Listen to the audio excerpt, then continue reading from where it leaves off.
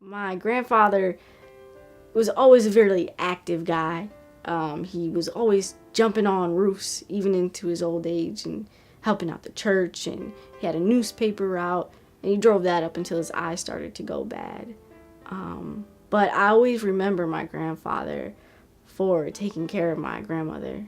He was always there by her side, taking care of her. So when my grandmother passed away,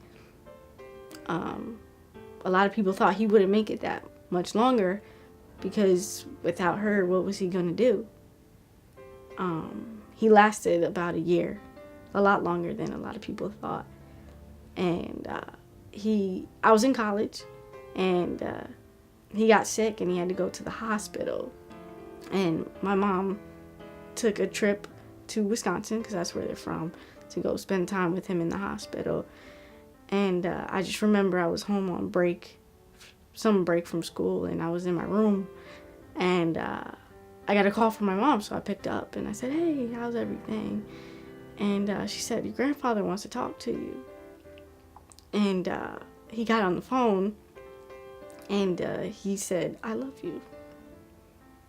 My grandfather isn't a very loving guy. He never really said, "I love you" very often. Honestly, I think that's the only time I remember him saying, "I love you."